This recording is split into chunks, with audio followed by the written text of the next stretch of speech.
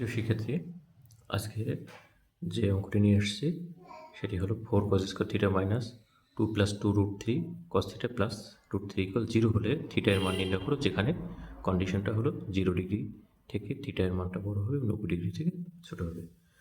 তাহলে আমরা শুরু করি। দেওয়া আছে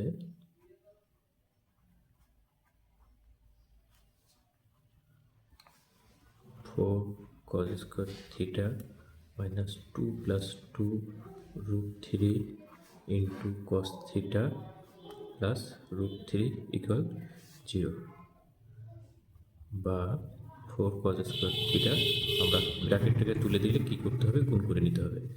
2 cos থিটা মাইনাস 2 রুট 3, যেহেতু ব্র্যাকেট তুলেছি মাইনাস দিয়ে প্লাসকে গুণ করে মাইনাস করে নিলাম, আর cos থিটা গুণ করে দিলাম, plus root 3 equal 0।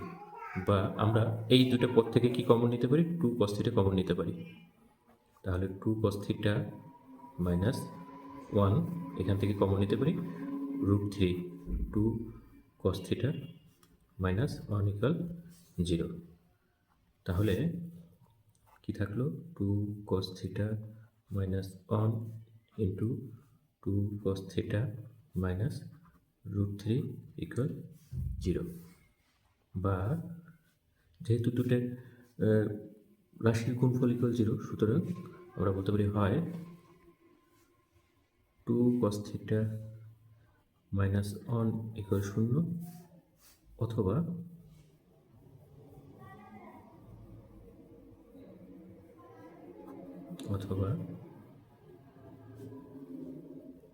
2 cos theta minus root 3 equal 0। বা 2 cos থিটা এই মাইনাস 1 পাশে গেল, 2 গুণ আকার আছে, পাশে গেলে ভাগ হয়ে গেল, cos থিটা হাফ cos 60 ডিগ্রির মান হাফ,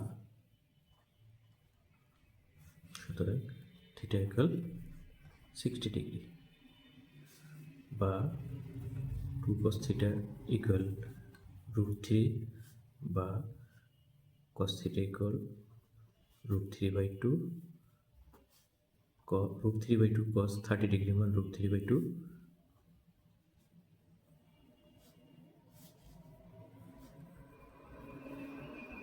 তাহলে আমাদের থিটার মান পাওয়া গেল 60 ডিগ্রি অথবা 30 ডিগ্রি। যেহেতু 90 ডিগ্রি থেকে ছোট দুটো মানই, তাহলে দুটো মানই গ্রহণযোগ্য, সুতরাং নির্ণয় মান থিটা ইকুয়াল দুটো মানই গ্রহণযোগ্য, 30 ডিগ্রি এবং 60 ডিগ্রি। Thank you. তাহলে আমরা আজ এই পর্যন্ত যে কয়টি ত্রিকোণমিতি আপলোড করতে যাচ্ছি, প্রত্যেকটি অঙ্কই এসএসসি 2025 এবং 9-10 সকল শিক্ষার্থীদের জন্য গুরুত্বপূর্ণ। অঙ্কগুলো তোমরা দেখো এবং অনুশীলন করো।